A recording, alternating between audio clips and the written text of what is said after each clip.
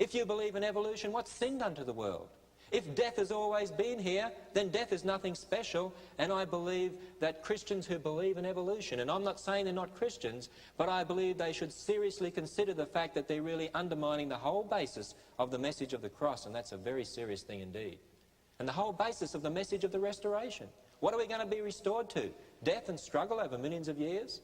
You know, the whole concept of struggle and survival of the fittest and so on is totally opposite to the nature of God anyway. He defined his creation as good. To understand why Jesus died on a cross, we have to go back to the book of Genesis to see where sin came from, where death came from. The whole foundations of the gospel message are there in Genesis. Let's look at another example. Jesus was asked a question concerning divorce that concerned marriage. How did he answer them? They were trying to trick him. He said, haven't you read, he which made them at the beginning made them male and female, and said, for this cause shall a man leave his father and mother and cleave unto his wife, and they'll be one flesh. Where was he quoting from? The book of Genesis. Jesus quoted from Genesis. He quoted from Genesis on many occasions. He took it as literal truth, as historical. In fact, he built these doctrines like marriage upon the literal events of Genesis. Jesus Christ is the way, the truth, and the life. He wasn't a liar. He wouldn't tell us something that wasn't true.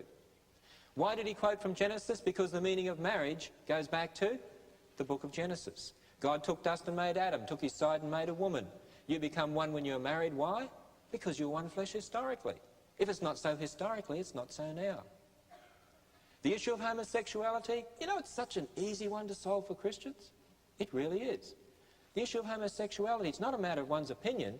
It's a matter of God made marriage, God made man and woman. What does he say? And it really is easy. God made Adam and Eve, not Adam and Steve. He made a man and a woman, not a man and a man. He told them to be fruitful and multiply. In fact, we're told in Malachi 2:15, one of the primary importances of marriage is to produce godly offspring. Who'll affect the world for Jesus Christ? Who'll produce godly offspring? Who'll affect the world for Jesus Christ? And so it goes on. You know, it's sad that in our churches there are so many marriage problems, so many family problems amongst our people in our churches. And I believe it's related to two major reasons. One, so many people don't understand what it means that God is creator. He sets the rules. We must submit ourselves totally to him. Nothing is a matter of our opinion. And of course, in many of our schools, often girls are taught, oh, you know, if you do get married, remember, you're an individual. You've got your rights. You know what? When you get married, you're one with your husband, and God has total right over your life anyway. And if you want your marriage to work or your family to work, what we've got to understand is that God made marriage, God made the family unit. Therefore, what does he say are the rules? And what I'd say to you is this, ladies and gentlemen, are you prepared to accept the roles God gave for you regardless of your opinion? And to be honest, I'm not interested in your opinions anyway, because it's not really a matter of your opinion, is it? You understand what I'm saying? For instance, let's take women in marriage. I'll get to the men in a moment. But let's take the women. You know, I know the feminists are out there demanding equality. You know, it's not a matter of equality because men and women are equal. That's what the Bible teaches. It's a matter of roles. God made women, God made men. What are the roles he gave to us? Adam was created first, Eve was deceived, a woman will be in submission to her husband. End of argument, isn't it? A man will be the head of the woman. That's what the Bible teaches. It's not a matter of our opinion. It's a matter of, are we going to accept what God says? He's the creator. What about fathers? It says, husbands, love your wives as Christ loved the church. He gave himself for it. Do we love our wives sacrificially like that? Or it tells us in Isaiah 38:19, the fathers to the children shall make known thy truth. Proverbs 1:8, hear the instruction of your father, forsake not the law of your mother. Genesis 18:19, a father complimented for the way he trained his children. Who's to be head of the house? Spiritual head. Fathers. Who in the majority of Christian homes that has the prayer times and Bible readings with the children and brings them up spiritually, mum or dad? And the answer I get everywhere I preach is mum. And you know, that's not right. It doesn't mean mothers shouldn't get involved. But if fathers don't take on that spiritual headship, you often see the sons rebel against Christianity. You often see the daughters who date non-Christian fellas and marry non-Christian husbands and get in a mess. If you don't give them the right foundation, the structure's not going to stand. You know, we want that structure to be transmitted to the next generation, don't we? And if we don't give the foundation for the structure, don't expect the structure to stand. It's like a man who came to me and he said, you know, my sons rebelled against Christianity. They said, why should we obey your rules? You know, he said, I never thought to tell them they weren't my rules. I hadn't ground them in the fact that God was creator and he set the rules. They just saw it as my opinions, and so they decided to have their own.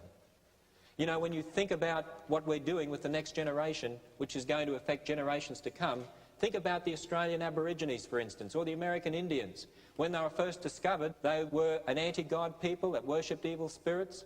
In Australia, the Australian Aborigines were a Stone Age culture, and yet, you know, their ancestor, if the Bible's right, was Noah, going back to Adam. Their ancestors could make musical instruments, could build boats, knew about God. What happened to them? Well, somewhere in their ancestry, they've rejected God. And how long would it take to produce a so-called primitive race? How long? 1 generation. Take the hippies in Australia that go into the jungles, that have kids and don't teach them about the Bible or technology or medicine, and you'll produce a primitive race in 1 generation.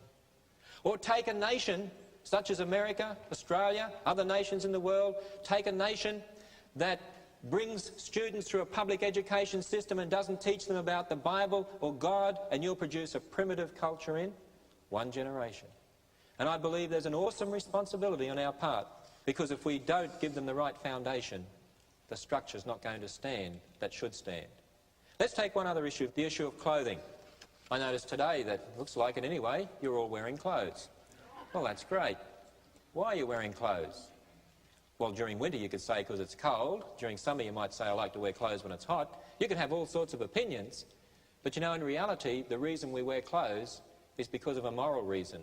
God gave clothes because of sin. Where do we go to find that? The book of Genesis. What do we find there? When God made Adam and Eve, they were naked. They rebelled against God. As a result of that rebellion, sin came into the world. Sin distorts nakedness. Sin distorts everything. What did God do? He gave them coats. The first blood sacrifices, a covering for their sin. Beautiful picture of something to come, wasn't it?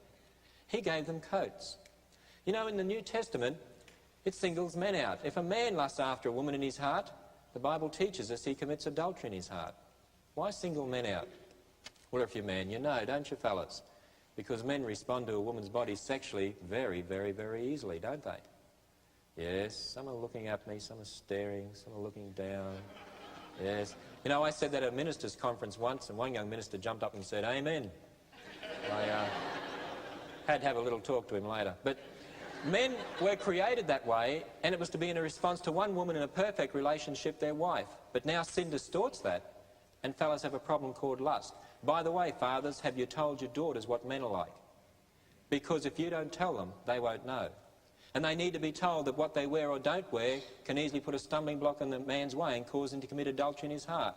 And it's not a matter of the fashions of the day, and it's not a matter of fighting with them. You know at home how it goes? You're not going to wear that, daughter, why not? It's not right, why isn't it right? You shouldn't wear that, why not? Because it's wrong, why is it wrong? Because Christians don't wear that, why is it wrong? Because you don't wear that, why not?